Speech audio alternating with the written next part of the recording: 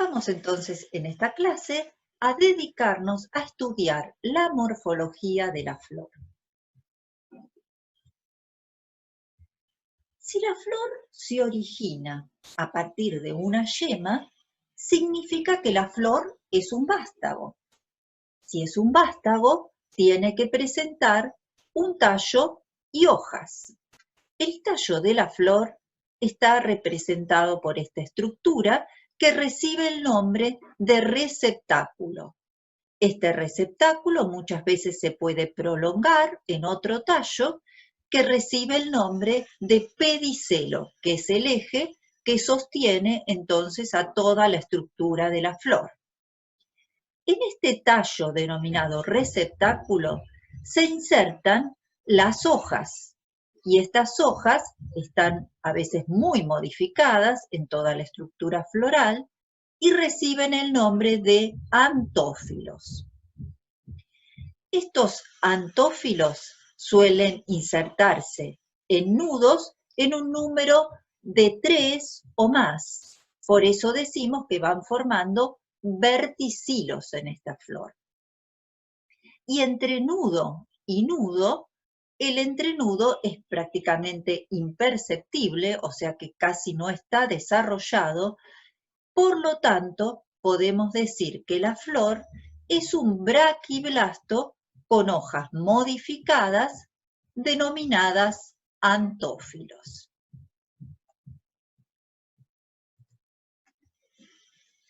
Vamos a referirnos entonces a cada uno de los ciclos o verticilos florales, o sea, a los antófilos que se insertan en cada uno de los nudos de ese tallo denominado receptáculo. El verticilo floral más externo se denomina cáliz y los antófilos que lo conforman son los sépalos. El verticilo siguiente se denomina corola y los antófilos que lo constituyen reciben el nombre de pétalos.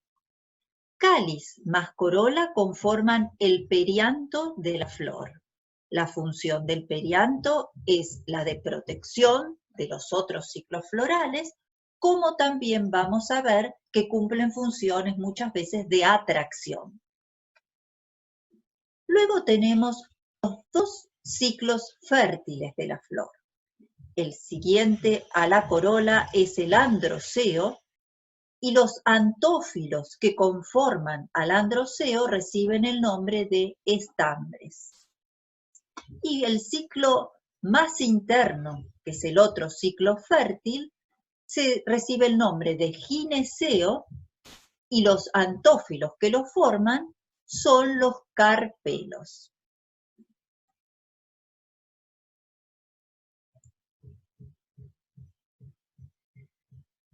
Esas piezas florales o antófilos pueden disponerse sobre el receptáculo de distintas maneras.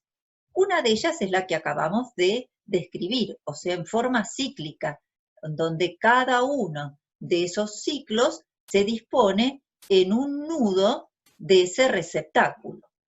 Pero algunas flores más primitivas, de los grupos más primitivos, por ejemplo, del grupo de las angiospermas basales, del grupo Ana o de las magnólidas, pueden disponerse las piezas florales formando una espiral alrededor del receptáculo. Y entonces esa disposición recibe el nombre de espiralada. Encontramos ese tipo de disposición, por ejemplo, en las flores de las magnolias. Cuando la disposición, por el contrario, es cíclica, o sea, los antófilos del cáliz, o sea, los sépalos, se disponen en un ciclo, o sea, en un nudo del receptáculo, los pétalos en el siguiente, por ejemplo, lo van haciendo de manera alterna. Y entonces cuando yo veo así la flor de frente, como estoy observando esta flor de aquilegia, veo que los sépalos, que acá son de color rojo y están indicados con la letra S, alternan con los antófilos del ciclo siguiente, o sea, con los pétalos indicados con la letra P, y eso me permite diferenciar perfectamente cada uno de los ciclos dispuestos en un nudo diferente del receptáculo.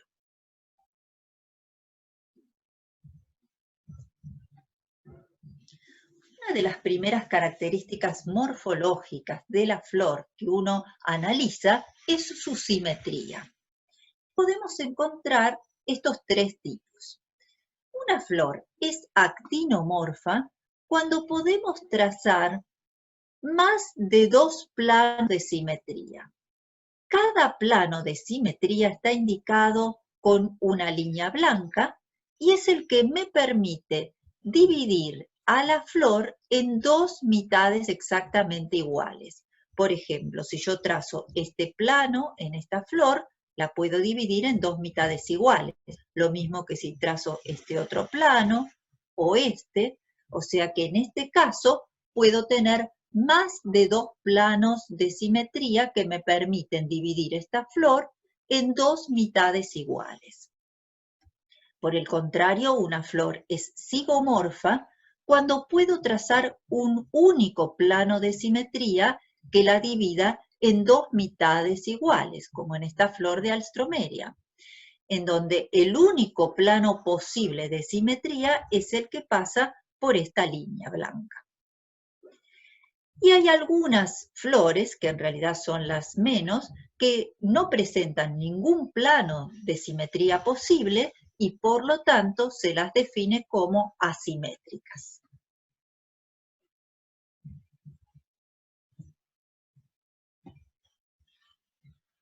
Hay flores que no presentan perianto.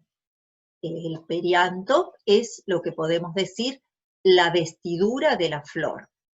Y esas flores se dice que son entonces aperiantadas o aclamidadas, debido a que clamide en latín significa vestidura.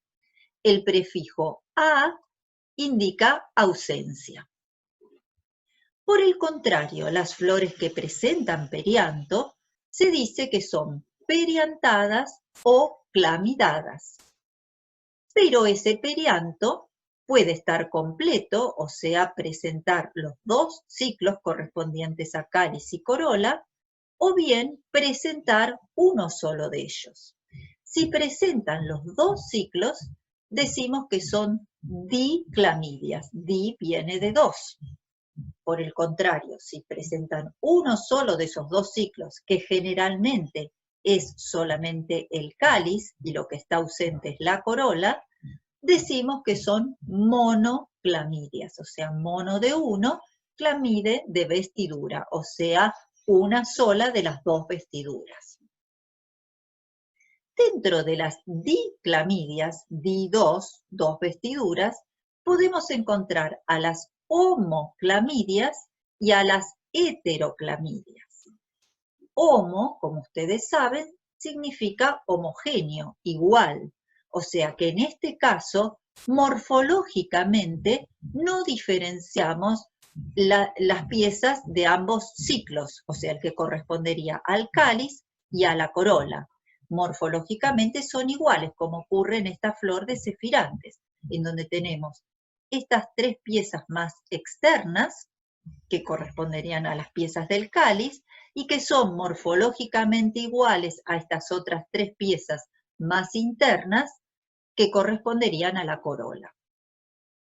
Mientras que en las heteroclamidias, cáliz y corola están muy bien diferenciados, como en esta flor de Salpicroa, en donde podemos ver los sépalos del cáliz de color verdoso y los pétalos de la corola de color blanco, bien diferenciados. Cuando no diferenciamos los sépalos de los pétalos porque son morfológicamente iguales, nos referimos a cada una de estas piezas como tépalos, o sea, no hablamos ni de sépalos ni de pétalos, sino de tépalos. Y en lugar de decir que esta flor tiene un perianto, diferenciado en cáliz y corola, decimos que presenta un perigonio. Si ese perigonio es vistoso y colorido y se parece generalmente más a lo que es la corola, decimos que es un perigonio corolino, porque se asemeja a una corola. Si por el contrario es verdoso y menos vistoso y se asemeja más a las generalidades morfológicas del cáliz, decimos que es un perigonio calicino. ¿Cómo nos damos cuenta que tenemos 3 tépalos que están en el ciclo más externo y 3 tépalos más internos en un ciclo más interno? Bueno, precisamente por la alternancia de las piezas entre un ciclo y otro. Fíjense que este tépalo externo alterna con estos 2 internos, lo mismo ocurre con este, y de la misma manera ocurre con este tépalo que alterna con estos 2 más internos. De esta manera veo claramente que se trata de un perigonio que presenta los 2 ciclos y no, por ejemplo, de 6 pétalos de una corola.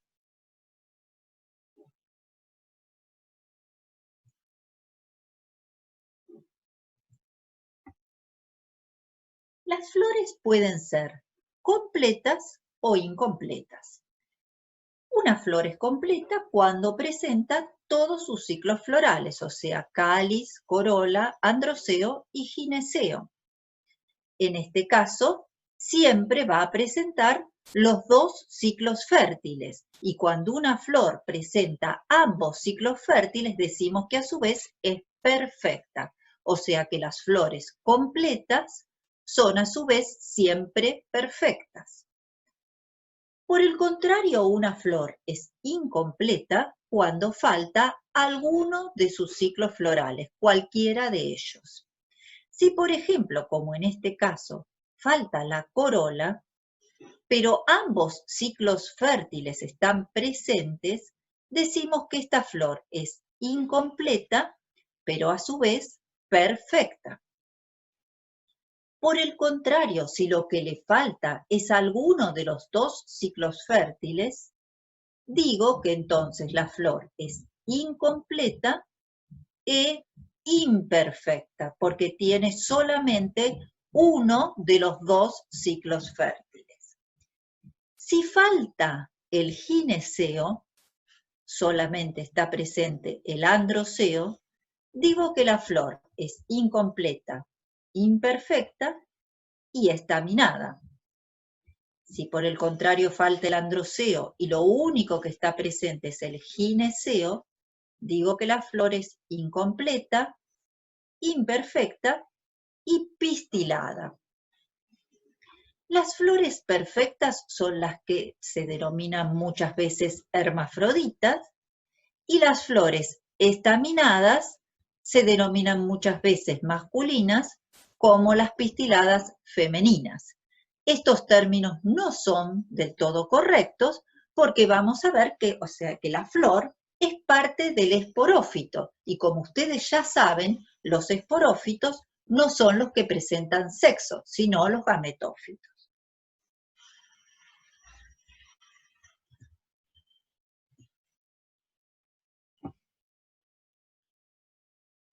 Cuando una especie vegetal presenta flores perfectas, decimos que son especies monoclinas. Si por el contrario la especie presenta flores estaminadas y flores pistiladas, decimos que es diclina. Esto significa que tiene 2 lechos, o sea, en un lecho o una cama, que sería el receptáculo de la flor, duerme el androceo, que es relacionado siempre con lo masculino, o sea, duerme el hombre, y en el otro lecho reposa lo femenino, dado que el gineceo es relacionado con lo femenino, digo que esa especie es diclina. Si esas flores estaminadas y pistiladas a su vez se disponen en el mismo individuo de esa especie vegetal, digo que esa especie X es diclino-monoica. Por el contrario, hay especies en donde hay ejemplares, o sea, individuos que portan las flores estaminadas e individuos que portan las flores pistiladas.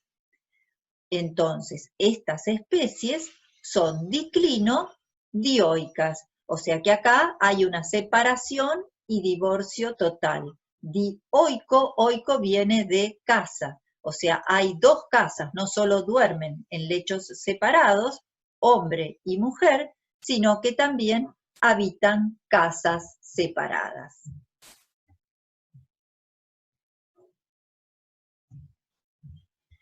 Ejemplos de especies diclino-monoicas son, por ejemplo, el maíz, en donde acá, en esta panoja superior, se encuentran las flores estaminadas, y en lo que va a ser después el choclo, conocido por todos, ahí se encuentran, cuando es joven, las flores pistiladas. Lo mismo ocurre en el zapallo, Cucurbita máxima, que presenta en el mismo individuo, o sea, en el mismo pie, flores estaminadas y flores pistiladas. Ejemplos de especies diclino-dioicas, o sea que necesitamos los dos pies para que se termine formando la semilla y el fruto, lo tenemos en los sauces y también en las palmeras datileras. En estos casos necesito de dos individuos próximos, uno que porte las flores estaminadas y otro que porte las flores pistiladas, para poder obtener finalmente las semillas dentro de los frutos.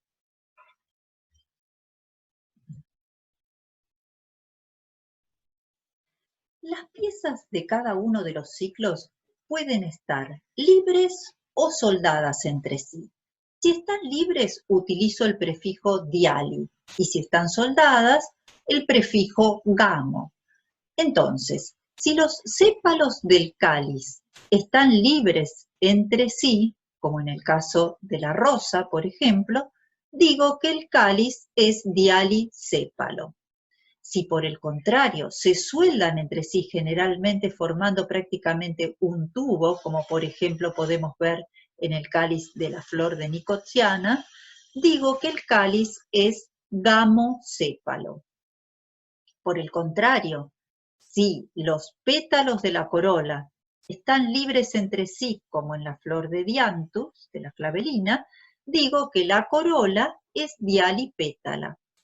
Y si están soldados los pétalos entre sí, formando generalmente un tubo, muchas veces solamente en el extremo del tubo uno puede diferenciar las terminaciones o los extremos de cada uno de los pétalos, digo entonces que la corola es gamopétala. Les puse acá un ejemplo muy extremo de soldadura de los pétalos, como en el caso de digitalis, o sea, la dedalera.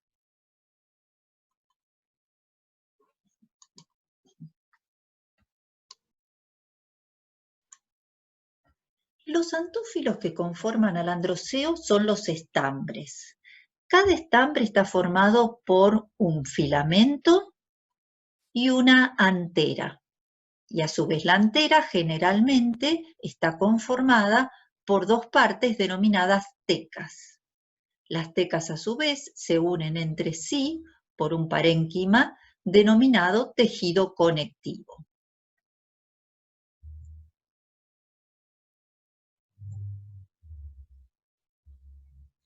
Los estambres pueden estar libres entre sí, y entonces se dice que es un androceo de estambres libres. Pero también pueden presentarse soldados, y lo pueden hacer a través de sus filamentos, de sus anteras, o por ambas partes, filamentos más anteras.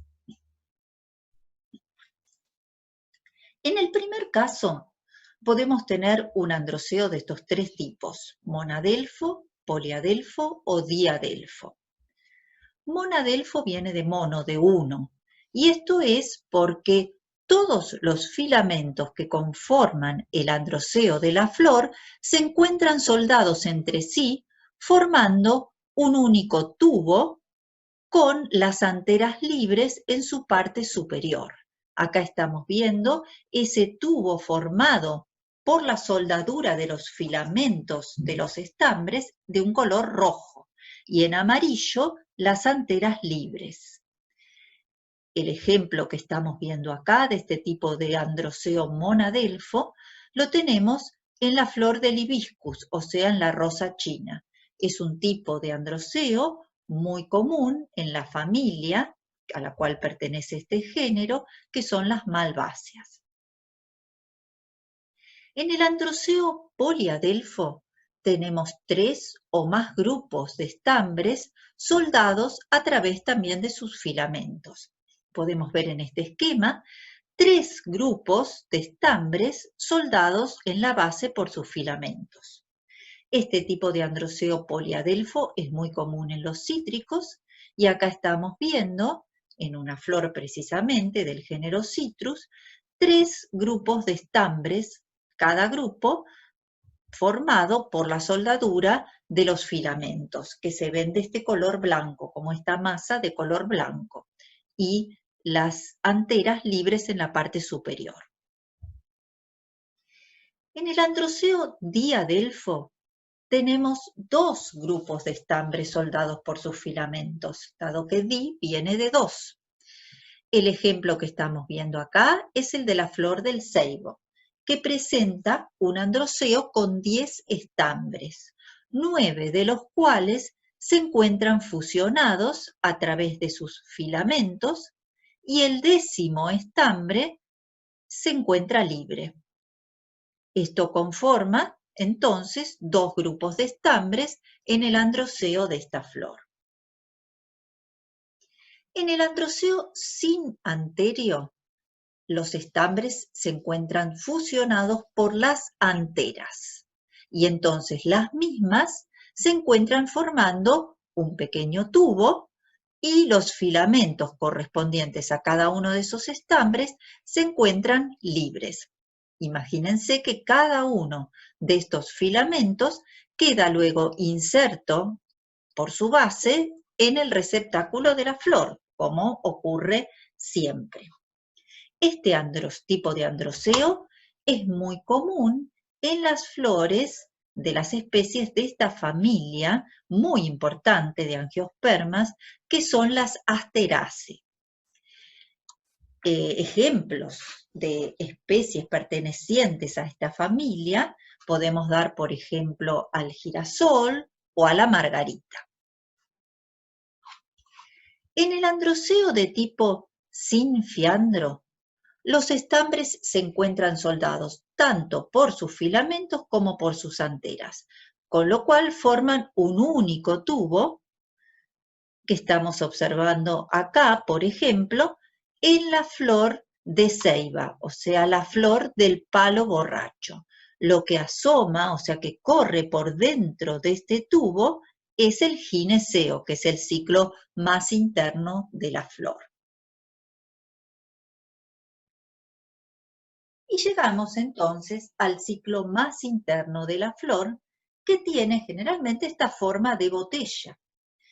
Cada una de las partes de ese gineceo recibe un nombre. La parte más basal corresponde al ovario, que se continúa con un cuello, que puede ser más o menos largo, que recibe el nombre de estilo, y que remata en la porción superior, que recibe el nombre de estigma. O sea que el gineceo está conformado por el ovario, por el estilo y por el estigma.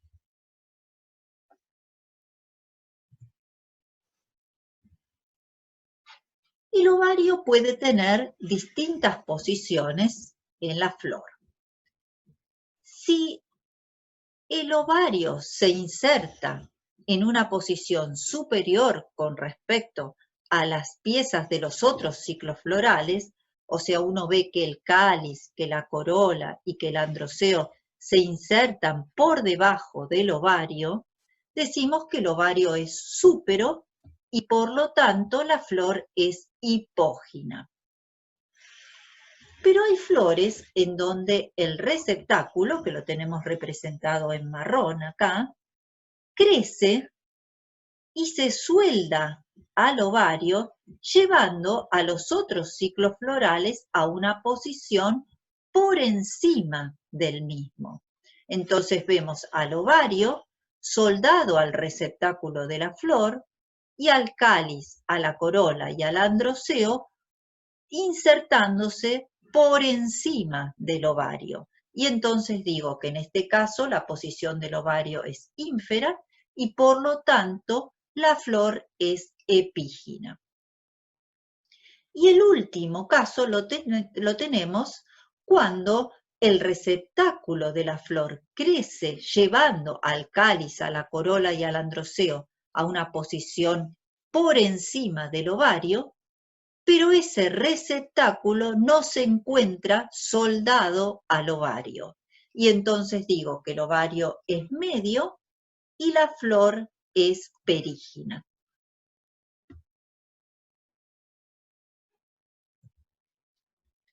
Vemos acá entonces ejemplos de estos tres tipos de posición de ovario.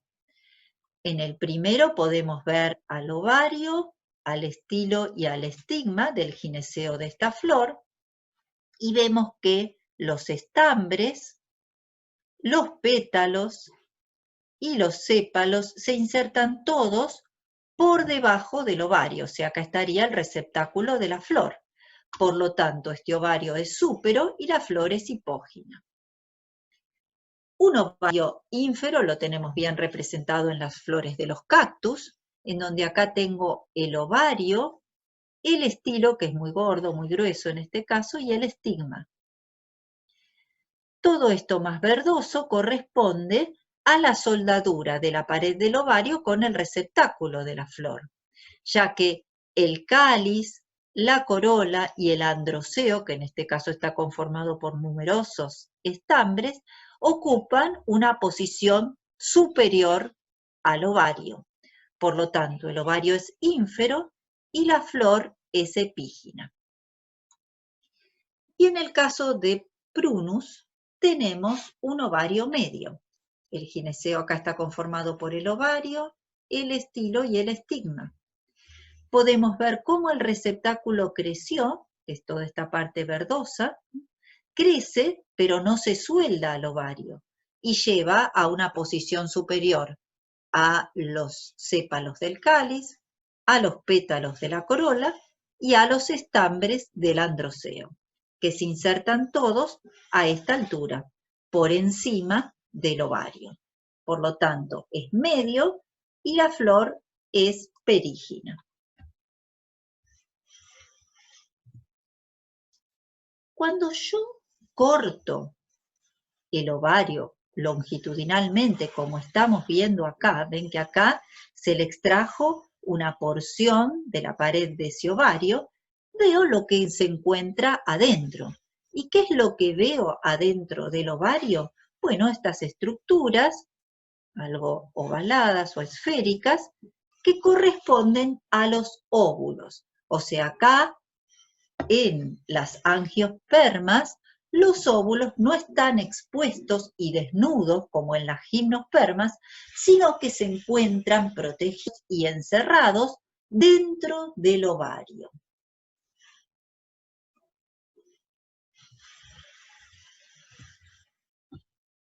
De acuerdo a cómo se encuentran insertados o dispuestos dentro del ovario los óvulos, voy a tener distintos tipos de placentación. En algunas flores, en algunos ovarios, puedo tener 1 o 2 óvulos por ovario y en ese caso, cuando yo corto longitudinalmente el ovario, veo que ese único óvulo, por ejemplo, puede estar insertado en la parte superior de ese ovario y entonces digo que la placentación es de tipo apical, o bien puede estar insertado a la base de ese ovario y entonces digo que la placentación es basal. Lo que he representado en blanco corresponde a la cavidad o lóculo de ese ovario.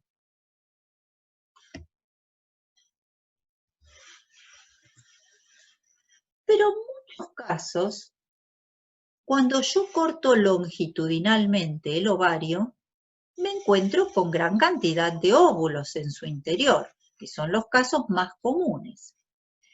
En ese caso, para poder determinar bien el tipo de placentación que presentan esos óvulos, tengo que realizar un corte transversal del ovario. Pero acá, para entender estos distintos tipos de placentación, vamos a referirnos a las hojas carpelares que conforman este gineceo, porque se habrán dado cuenta que acá estas hojas carpelares están muy modificadas para transformarse en esta estructura tipo botella que corresponde al gineceo y que definimos con el ovario, el estilo y el estigma.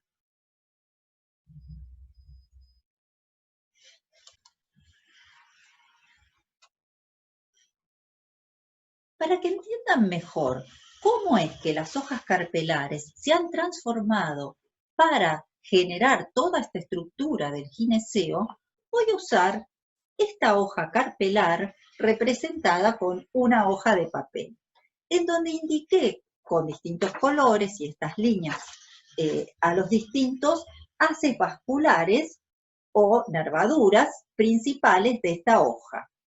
En negro, en la parte central, representé el haz dorsal o el haz carpelar o central de esta hoja carpelar. Mientras que próximos a los márgenes representé con dos líneas rojas a los haces marginales, también denominados haces placentarios. ¿Qué es lo que le puede ocurrir a esta hoja carpelar? Bueno, en muchos casos lo que ocurre es que se pliega y se suelda por sus márgenes, generando así una estructura cerrada que se transforma dando lugar al gineceo. Esta zona de unión de los márgenes de esta hoja es lo que voy a denominar ahora entonces la zona de sutura del carpelo. Y próximo a esa zona de sutura quedan entonces los dos haces marginales o placentarios, mientras que del lado opuesto queda el haz dorsal o carpelar de esta hoja. Recordemos que estos dos haces marginales los denomino haces placentarios porque son los que se ramifican e inervan y nutren a los óvulos. O sea que estas zonas marginales del carpelo son las zonas de la placenta, o sea, son las zonas placentarias.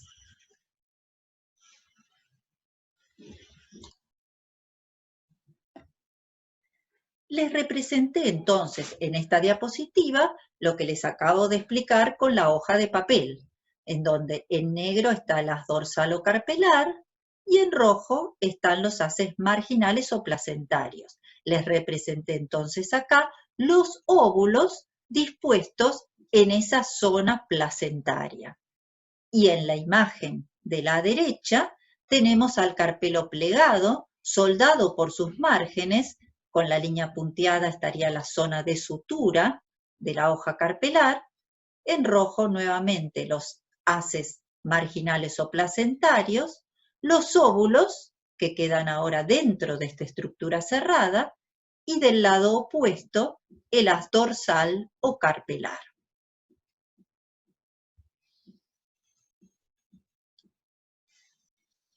Vamos a ver ahora entonces los distintos tipos de placentaciones que podemos encontrar.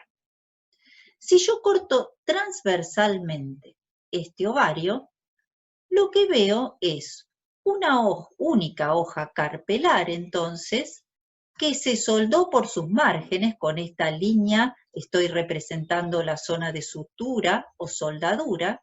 Próxima a ella, como acabamos de ver, los dos haces marginales o placentarios representados en rojo, con los óvulos asociados a ellos, y del lado opuesto el haz dorsal o carpelar. Entonces, este ovario está conformado por una única hoja carpelar que se plegó y se soldó por sus márgenes. Este tipo de placentación unicarpelar, o sea, formada por un único carpelo, la denomino marginal. ¿Qué ocurre en el caso siguiente? Cuando yo corto transversalmente, veo varias cavidades o lóculos, en este caso 3, en este caso veía una sola. Lo que ocurrió es que acá tengo 3 hojas carpelares que se plegaron y se soldaron por sus márgenes de la misma manera que esta, pero que a su vez luego se soldaron entre sí, formando entonces 3 tabiques y 3 lóculos. Tengo indicado acá con azul más oscuro una de esas 3 hojas carpelares y podemos ver que entonces cada una de ellas se corresponde a esta misma estructura. Este tipo de placentación recibe el nombre de placentación axilar. Y la placentación axilar entonces puede estar conformada por 2 o más carpelos, o sea que puede ser bicarpelar, tricarpelar, tetracarpelar, pentacarpelar o pluricarpelar, o sea con numerosos carpelos. Y en ese caso puede ser bilocular, trilocular, como en este caso, o sea, definimos la cantidad de lóculos o cavidades que puedo encontrar en este tipo de placentación. Luego tengo a la placentación central. Este tipo de placentación es un derivado de la placentación axilar. ¿Por qué? Porque simplemente durante el desarrollo y la maduración de este gineceo, lo que ocurre es que estos tabiques se reabsorben, o sea, desaparecen, quedando entonces la pared del ovario con los haces dorsales o carpelares, una columna central que lleva a los haces marginales o placentarios y en la que se insertan entonces los óvulos, y un único lóculo o cavidad. Entonces, acá tenemos un ovario unilocular con los óvulos insertados en esa columna central. Este tipo de placentación puede provenir también de 2 o más carpelos. Y por último, tengo la placentación parietal, en donde acá, si recordamos nuevamente la estructura de la hoja carpelar, lo que puedo ver es que cada hoja carpelar quedó desplegada, fíjense, esto es una hoja carpelar, con su haz dorsal o carpelar en el medio y sus haces marginales o placentarios precisamente próximos a los márgenes de esa hoja carpelar. Esta hoja carpelar se suelda a otra a través de los márgenes sin plegarse, y en este caso se suelda a una tercera, siendo entonces este gineceo tricarpelar en este caso y unilocular. Este tipo de placentación que se denomina parietal, porque los óvulos quedan entonces adheridos a las paredes de ese ovario, puede estar conformado también por 2 o más carpelos, o sea, puede ser bi, tri, tetra o poseer todavía mayor número de carpelos. Tanto en el caso de la placentación axilar como la central como la parietal, decimos que el gineceo está formado por 2 o más carpelos que están soldados entre sí. Por lo tanto, puedo definir a todos estos tipos de gineceos como gineceos gamocarpelares, o sea, puedo utilizar el prefijo gamo que significaba soldadura. ¿Cómo sería entonces un gineceo dialicarpelar, en donde los carpelos están libres entre sí? Bueno, un gineceo dialicarpelar es aquel que está conformado por varias estructuras en forma de botella, o sea, lo que se denominan varios pistilos. En el caso de este esquema, este gineceo está conformado por 3 pistilos libres y en el caso de la foto de la derecha, el gineceo de esta flor vemos que está conformado por 5 pistilos. Cada pistilo de este gineceo dialicarpelar está siempre conformado por un único carpelo. Por lo tanto, si yo corto transversalmente el ovario de uno de estos pistilos, voy a encontrarme que la única placentación posible que voy a encontrar en él es la marginal, porque sí o sí cada uno de estos pistilos está conformado por un único carpelo. Como siempre, cualquier duda o consulta pueden realizarlo a esta dirección de email. Muchas gracias.